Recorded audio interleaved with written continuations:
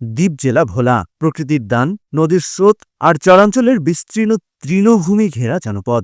এখানকার মানুষের জীবনের সঙ্গে ওতপ্রোতভাবে জড়িয়ে আছে মহিষ পালন। ভোলার চরের হীরা বা ব্ল্যাক ডায়মন্ড বলা হয় মহিষকে।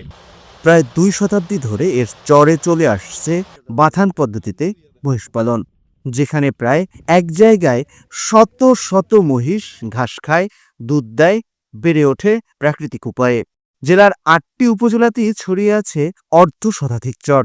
সরকারি হিসাবে মহিষের সংখ্যা 1,24,000 হলেও স্থানীয় প্রাণী সম্পদ দপ্তর ও এনজিওদের তথ্য বলছে এর সংখ্যা আরও বেশি। মহিষ পালনে নানা ধরনের সংকট থাকলেও এই মহিষের যে প্রজাতিগুলো আছে সেই প্রজাতিগুলো দীর্ঘদিন ধরেই ভোলায় টিকে আছে নানা সমস্যা এবং সংকট নিয়ে।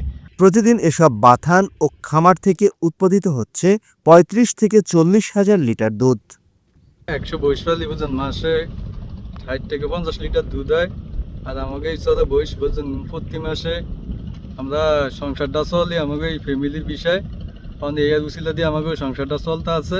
আমরা এই বয়স নিয়ে আর কি যে সুযোগ সুবিধা দুঃখে সুখে আর কি এই সর সঞ্চালন আছি, আল্লাহ রাখছে আর কি। আর এই আপনার ঘাস মহিষ বাড়ছে আর কি, যে ঘাস কমছে, এমনকি বাতান্যও বাড়ছে, মহিষও বাড়ছে, রাখফালিও বাড়ছে, কিন্তু ঘাস কম আছে আর কি। এজন্য বয়স নিয়ে আমরা অনেক আছি আর কি, কষ্টে আছি। তারপরও আল্লাহ দেয় বয়স দিয়ে আমরা আগানো আছি। এই বয়স নিয়ে আর কি সুযোগ সুবিধা আল্লাহ পাক রাখছে আর কি। যে কালের বিবর্তনে চরে খাদ্য সংকট তৈরি হওয়ায় অনেকেই বাথানের পাশাপাশি বসতবাড়ির পাশে ছোট গোয়ালঘরেও মহিষ পালন শুরু করেছে। বর্তমানে ভোলায় 97টি বড় বাথান ও 705টি দুগ্ধ খামারে উৎপাদিত দুধ থেকে তৈরি হচ্ছে দধি, মাখন, ঘি, মাঠা, যা স্থানীয় চাহিদা মিটিয়ে এখন দেশের বিভিন্ন জেলায় পৌঁছে যাচ্ছে। মনে করেন আগে আসিল কম খামারি, অনেক খামারি বাইরে গেছে। আর মনে করেন এই বয়স দিয়ে মনে করেন মোটামুটি দুধ বিক্রি করে দধি বসে বেচলে মনে করেন আমরা এই হিসাবে মোটামুটি ভালো আছি। এভাবে মনে করেন আসি, কোনো এমনি ঝামেলা নাই।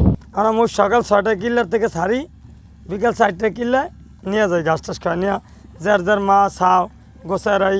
আবার দেখা গেছে মোষ মেলা খোলা জায়গায় হালাই থইতে পারি না, চোরডা হাইতে ডরে। ভোলার মহিষ খাতকে টেকসই করতে কাজ করছে গ্রামীণ জন উন্নয়ন সংস্থা GJUS।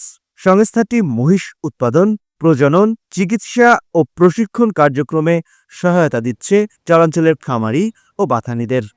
মহিষের উৎপাদনে এই অঞ্চলে আরও বেশি পরিমাণ নিরাপদ আবাসস্থল, বিশেষ করে কিল্লা তৈরি করা দরকার এবং দীর্ঘমেয়াদী সরকারি পরিকল্পনার মাধ্যমে যেই ইনব্রিডিংয়ের ফলে যে জাতটা নষ্ট হয়েছে সেটাকে আবার পুনরুদ্ধার করার জন্য কাজ করা দরকার।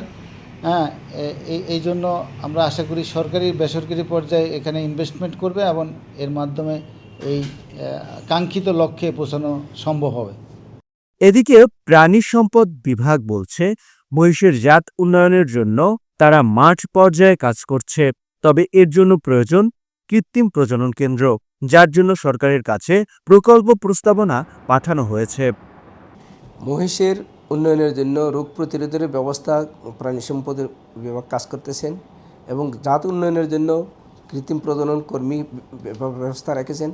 আর মহিষের জাত উন্নয়নের জন্য প্রকৃতভাবে দরকার ভোলাতে একটা প্রজনন কেন্দ্র দরকার। যদি প্রজনন কেন্দ্র স্থাপিত হয় তাহলে এখন 1 কেজি দুধ উৎপাদন হচ্ছে প্রতি গড়ে, সেখানে আমরা 3 কেজি দুধ উৎপাদন করতে সক্ষম হব এবং মৃত্যু হার কমে যাবে, উৎপাদন বৃদ্ধি হবে, খামারিরা অধিক লাভবান হবে।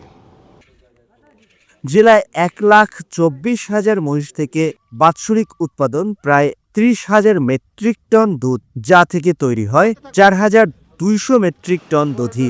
এসব দধি থেকে বছরে আয় প্রায় 82 কোটি টাকা।